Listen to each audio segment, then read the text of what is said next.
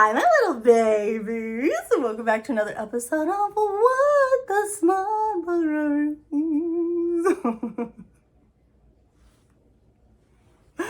Anyway, hi, my name is Candace. Thank you for joining me for another episode. I really appreciate it. In today's video, we're cutting straight to the chase because I got a lot of stuff to do.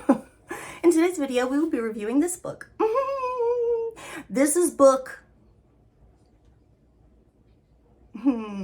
1, 2, 3, 4, 5? 5? Book 5 in Sav R. Miller's Monsters and Muses series, and it is called Souls and Sorrows. All right. So, this one, you know what I find really interesting about Sav's books?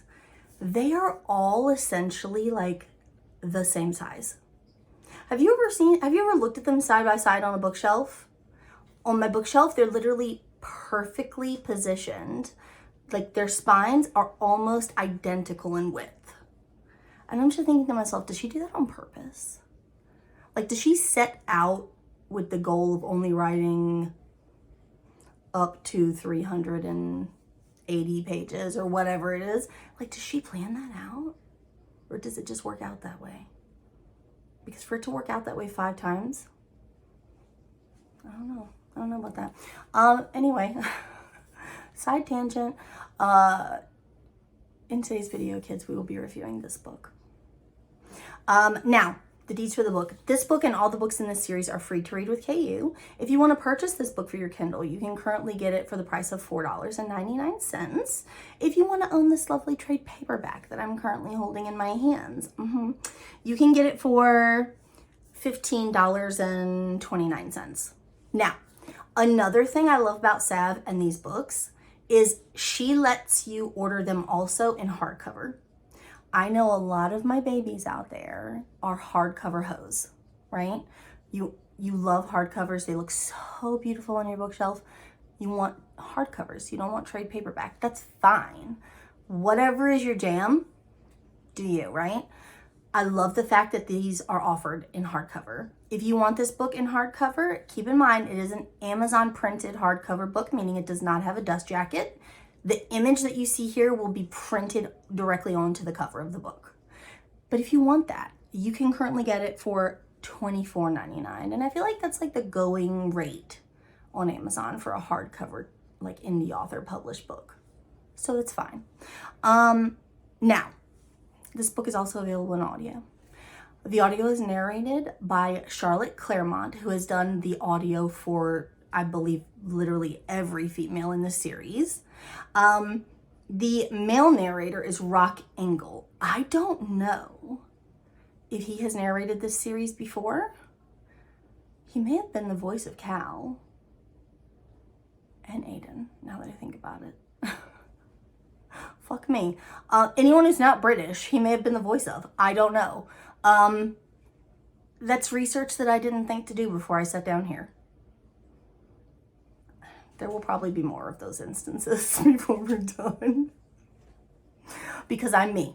So, according to Amazon, and yes, we do it every single time, and I'm going to keep doing it every single time. You know why? Because I don't give a fuck. Because I'm tired of Amazon lying to me. I'm tired of them fucking me out of like an epilogue's worth of pages, okay? So, until they rectify themselves, we're going to keep doing this little bit that we do. According to Amazon, this book should be 384 pages. According to Candace, who's holding the book. Rabbit. According to Candace, who's holding the book, we have 368 pages. Okay. You know what you've done. Yeah. Please ignore any background noise that you hear. It's my rabbit that's like 3 feet away from me who just decides, I'm going to sleep all motherfucking day until you come in to record. And then I'm going to get up and move around and do everything I want to do. It's fine. It's fine. Now, this book I want to say is considered a mafia / dark romance. There are a lot of different tropes going on in this book, but I feel like the main core theme is mafia. Even though it doesn't touch on like the inner workings of the mafia, the way that, like, let's say a series that's literally just Italian mafia would, or just Sicilian mafia, or just Irish mafia. Like, it's like on the periph of mafia. Does that make sense? I feel like you understand what I'm saying. The main female character in this book is a ballerina. If you know anything about me, if you've watched any of my videos before, you will know that I am fucking obsessed. I am obsessed with any book where the main female character is a ballerina. I think it has something to do with like repressed childhood emotions, because when I was little, I wanted to be a ballerina. What girl doesn't, right? But I was too fat. I've been too fat my entire life to be a ballerina. Those aspirations left me a long time ago, okay? Aspirations? Aspirations. Anyway, so I'm sad to say my career as a prima ballerina never took off. So here I am doing videos for YouTube for 12 people as if anyone gives a shit. But again, it's fine. I say that a lot. Thanks, Lindy. If you don't know who Lindy is, go follow her on Instagram. She's one of my BFFs. Now, we're going to read the blurb, and then we will read my notes that I took down, because my notes are all over the place, y'all. All right, now, let's see if this one, I can fucking read anything that's on the back of this book. Because in the past, the font that has been used for some of the blurb has eluded me.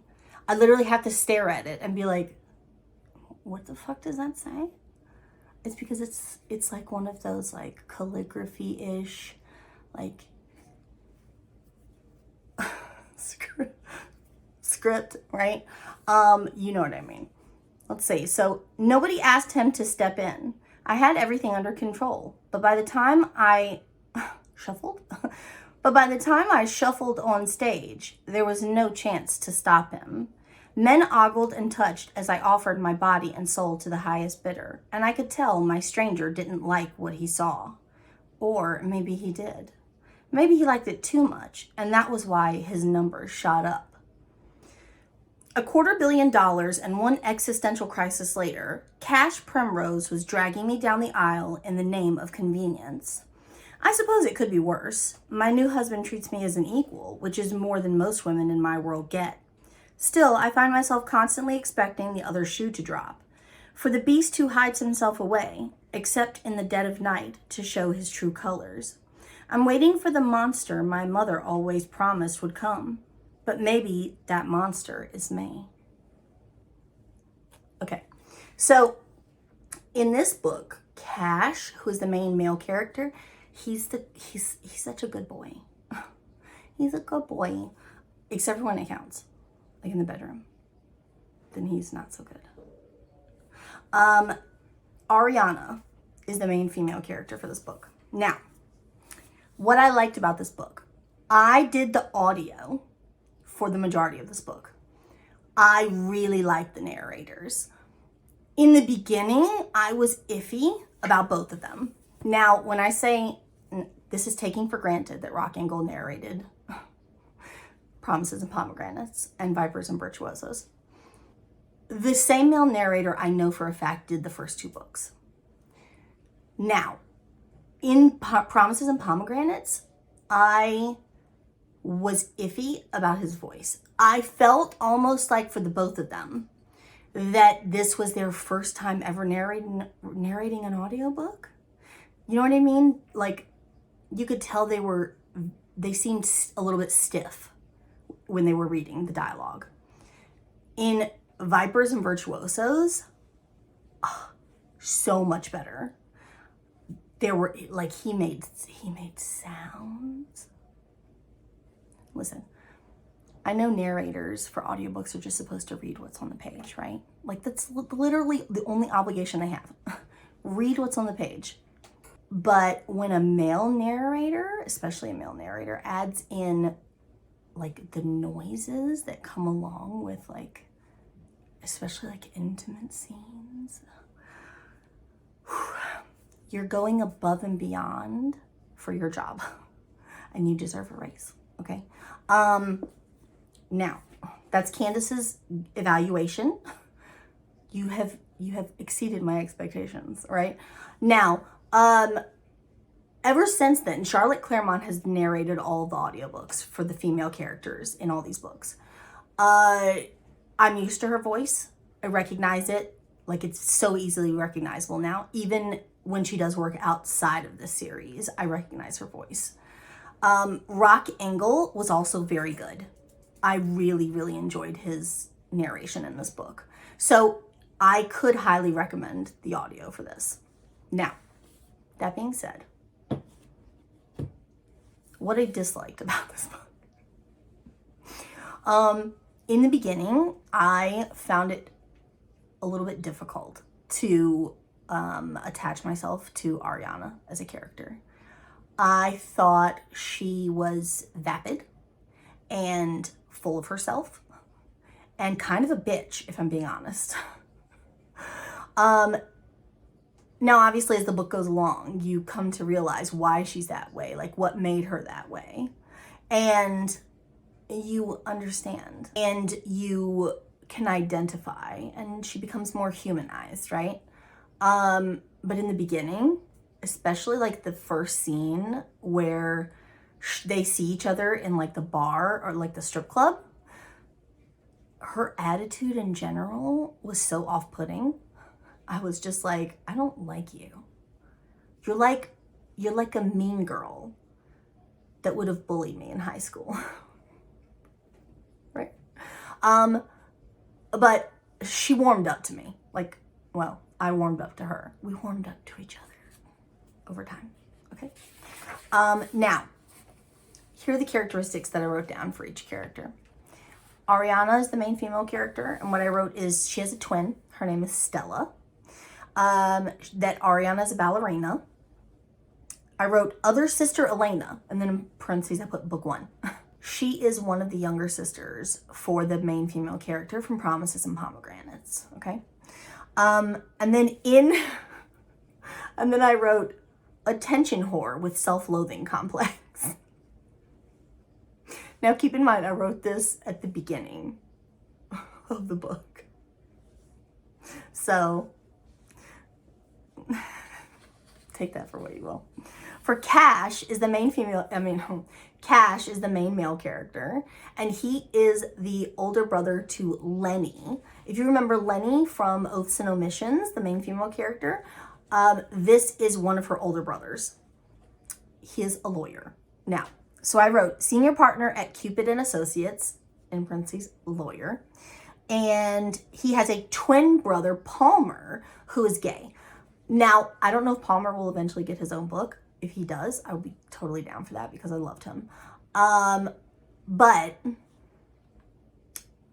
I just now realized the coincidence of like her being a twin and him being a twin. And I don't even know if that was really touched on in the book as like significant in any way, but it's a funny little coincidence, isn't it? Now, I put Sister Lenny, parentheses, book 3.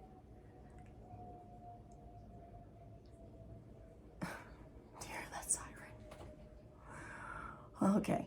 Okay. Inherited soul fortune from dead father. Because we remember Lenny killed him at the end of book 3. Even though he was allegedly broke. So the father obviously had money that he was keeping like hidden from everybody. And Cash inherited the majority of that in the will. The other siblings don't know how much money he got. There were 2 quotes that I really loved from this book that I wrote down that just like jumped out off of the page and into my brain, and they'll live there forever. One of them was, when you're comfortable in chaos, peace feels like a threat. I love that. There was also the line of, I can't imagine a life without you in it. No! It's simplistic and yet so gripping. If a guy said that to me, I'll be forever yours, boy. Okay.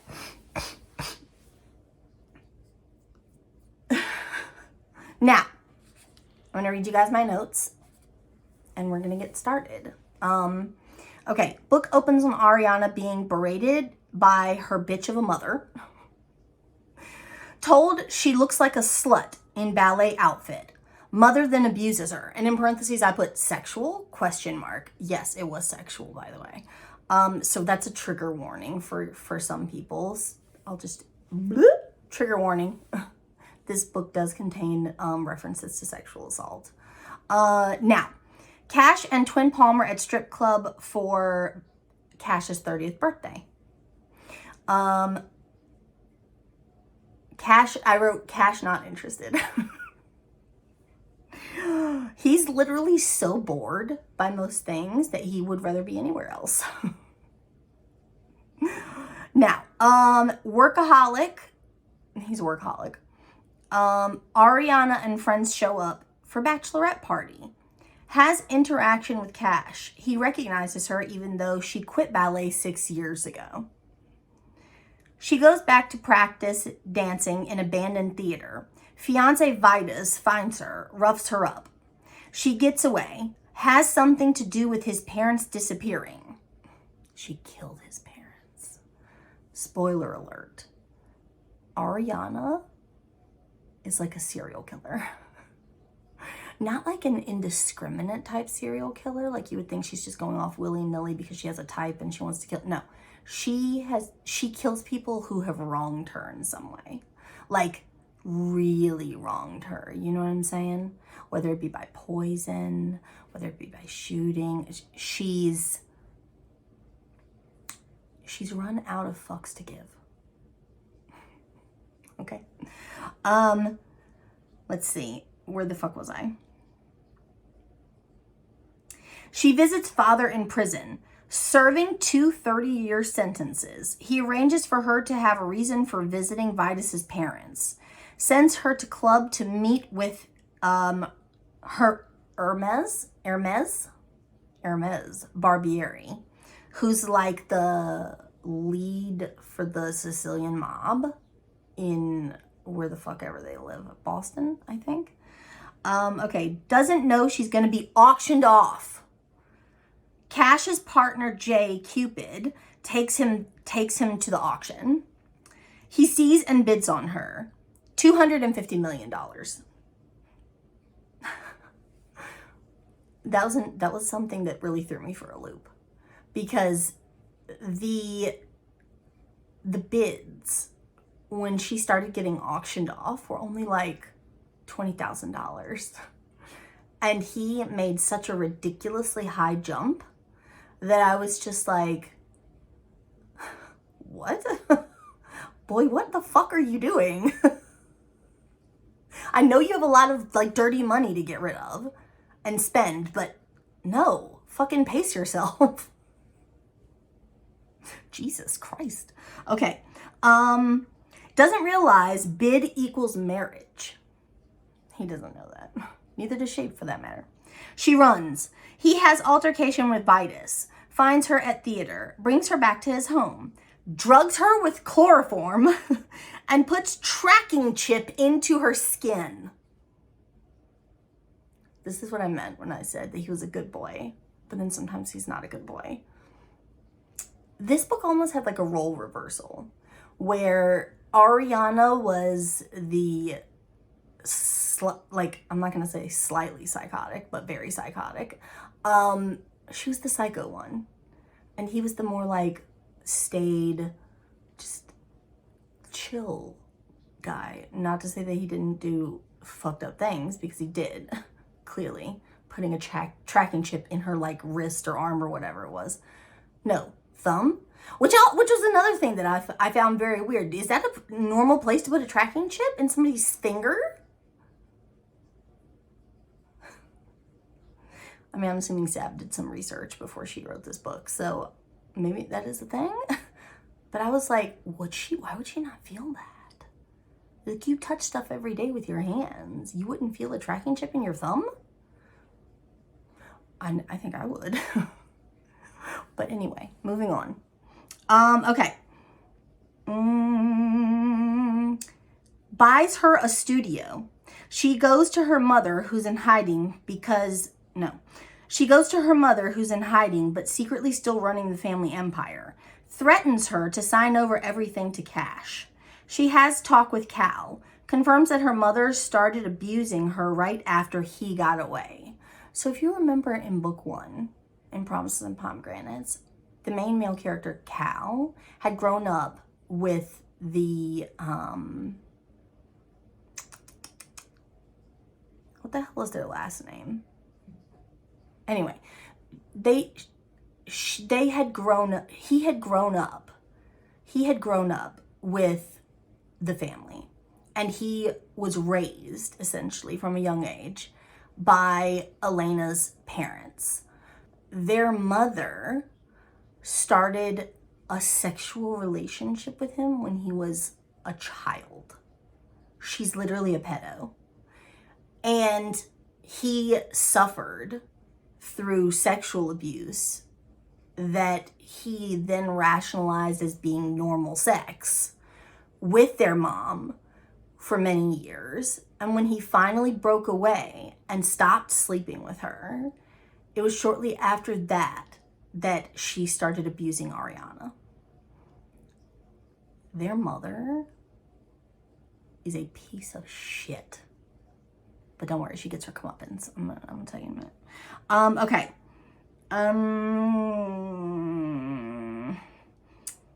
She's been going around killing those that wronged her.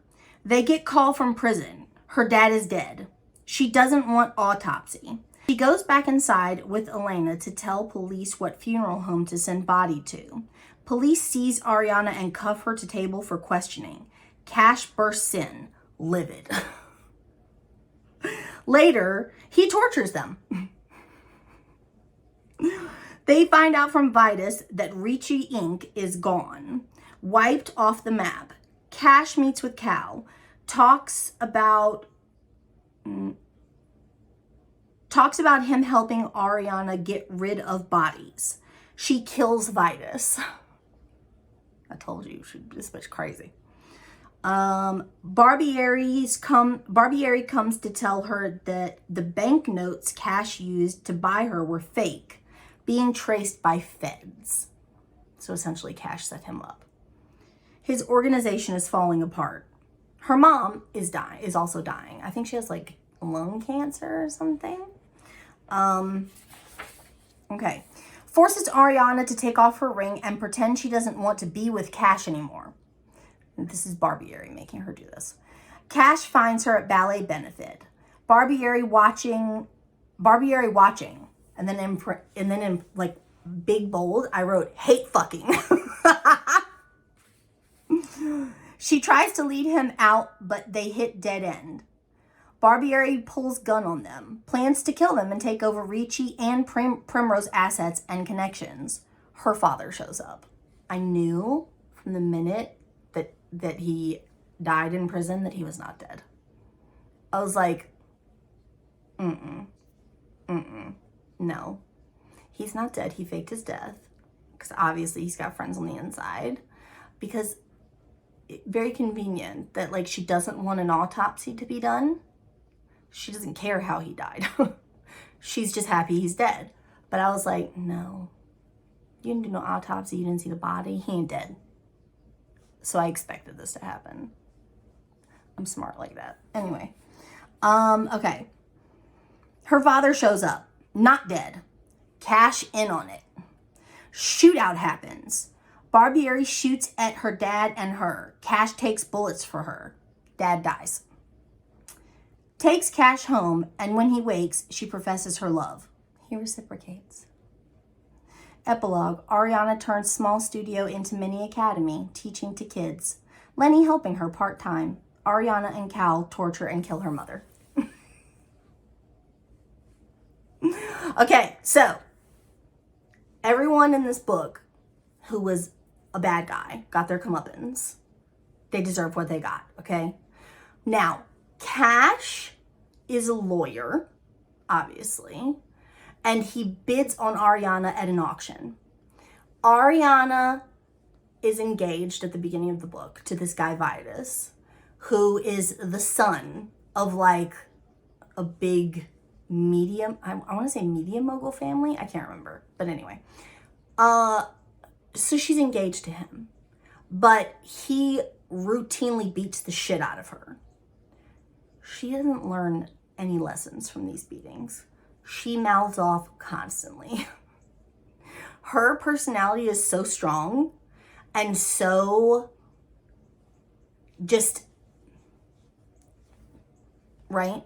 That she will literally, like, with a mouthful of blood, tell you to go fuck yourself, even though you've just hit her. That's her. So she's just biding her time. For the longest, her and Vitus have been playing this game with each other where they each try and one-up the other with some kind of terrible thing that they do to the other one, whether it's cheating or whatever. So she has the last laugh on Vitus because she essentially kidnaps his parents and murders them. He's very attached to his parents. I don't know if he's like a mama's boy or what, but yeah. So he comes after her, wanting to know where the fuck are my parents, and she's like, I don't know, but also fuck you. He beats the shit out of her, and then her father makes up this excuse of her going to the auction, like going to this club. He sends her to the club essentially to give her an alibi, and with her not knowing, but she doesn't know when she gets there, that he's essentially turning her over to the mobster, Barbieri, who is now going to sell her into holy matrimony for a ridiculous price. And it is a ridiculous price, $250 million. Like, boy, you got too much money.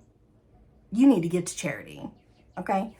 But she gets out there and she struts her stuff, and everyone is expecting Vitus to bid on her. You hear this fucking bird? Ignore, please. Everyone is expecting Vitus to bid on her. Obviously, he gets outbid by Cash. Cash pays Barbieri with fake, like, checks or banknotes that are being traced by the feds to essentially bring down his organization from the inside.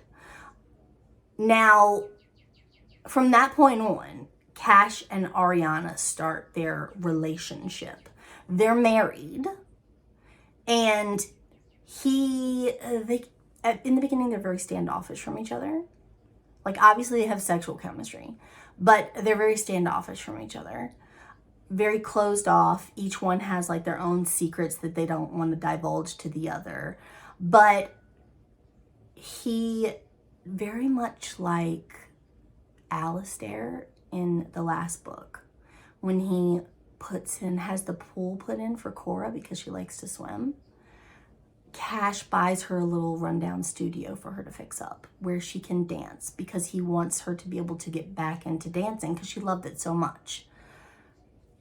It's these little things that the men in this series do that just have me like, I love you. I love you so much. That's what attaches me to these guys. It's these little things. Like, anytime a guy in a book shows like an obsession with the main female character to the point where, like with Alistair, where he would wear a tie that's the same color as Cora's hair, or he put a painting in his office that was just like hues of different hues of blue because her hair is blue. Like, when men do these things, I'm literally like, I will lap that shit up. I love it. I love it so much. And Cash was no exception. He did those little things for her. Now, throughout the majority of the book, Ariana is very closed off. She has a hard time trusting because of all the trauma in her past, her mother being a piece of shit. But I loved the fact that Sav kind of flipped the script. Do people even still say that? Flip the script? I'm showing my age. She flipped the script, okay? And made Ariana more of the villain than the main male character was. Because usually that's the way it goes, right? But in this one, she killed everyone who fucked her over. And Cal, understanding why she was doing it on like a visceral level, because he was also the same subject of abuse like she was, he cleaned up her messes for her. And he didn't tell anyone. And it was like a cathartic release of emotion every time she got to kill someone who had fucked her over. She was essentially taking that power back. And by the end of the book, she was free enough that she could give herself to Cash. And she realized that he cares about me, and he's out to protect my interests, and he's protecting me. And she learns to trust him. And I loved that journey for them. I loved it. For the rating for this book, I would give it a solid 9 out of 10. I really did enjoy it. I thought it was a great addition to this series. The next book coming out, I want to say she said is the final one in the series, and it's called Liars and Liaisons. I don't remember when it's coming out, but soon. So the cover, oh my God, the cover for that book, sunflowers are my favorite flower. This book has sunflowers on it. I'm in love. I'm in love. I was in love with it from the first sight. I was like, oh my God, I have to own this book. I don't care what it's about. I don't care who the characters are. I don't care if it's a good story. I want it just because of the cover. And obviously because I have the other like 5 and I need to complete my collection. So there you go. I think that pretty much wraps it up. 40 minutes later. Are you surprised? Thank you so much for joining me. I really appreciate it. If you enjoyed this video, if you like me and you like my channel, please consider subscribing. I really appreciate it. If you would like, you can follow me on social media. I am super active on Instagram. I will link them all in the description box below and put a little banner here on the screen for you guys to see. If you are interested in checking out some of my bookish related merch, I do have a Teespring shop, and I will link that down below, as well as put a little banner here on the screen for you guys to see. And yeah, I think that's it. I love you so much. I thank you so much for joining me for another episode, and I'll see you in my next one. Bye.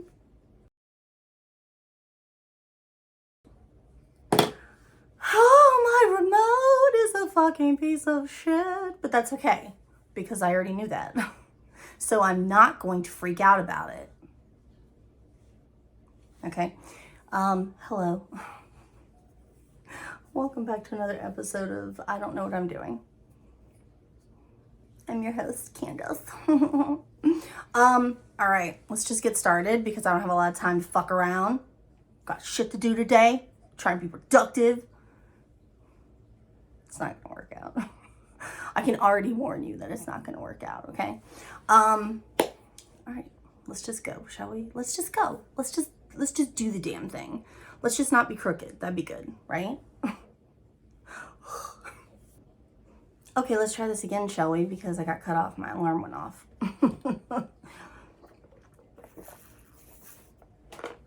Okay. I just dripped tea all over myself. It's fine. I don't care. Anyway, okay. But when a male narrator adds...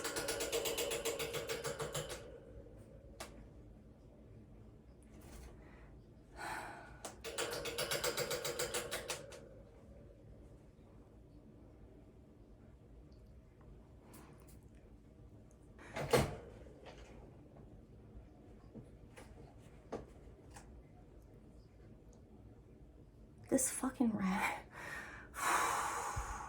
Candace, don't freak out. Okay. Now.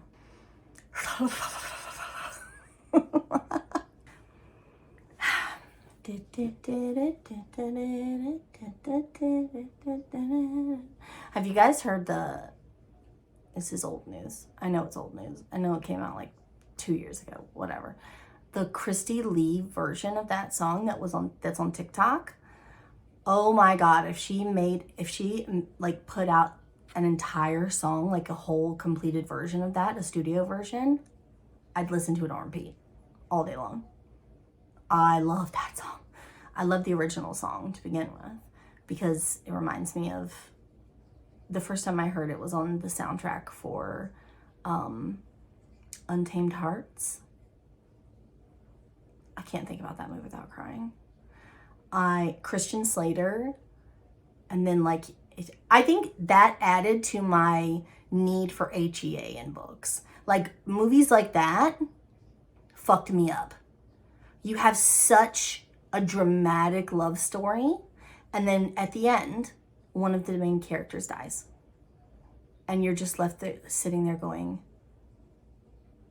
what? And bawling your fucking eyes out. And I did. There's like one particular part where they're in her bedroom and she's like, they're very close to each other, and she says, I'm gonna fall in love with you. It's okay, you don't have to love me back.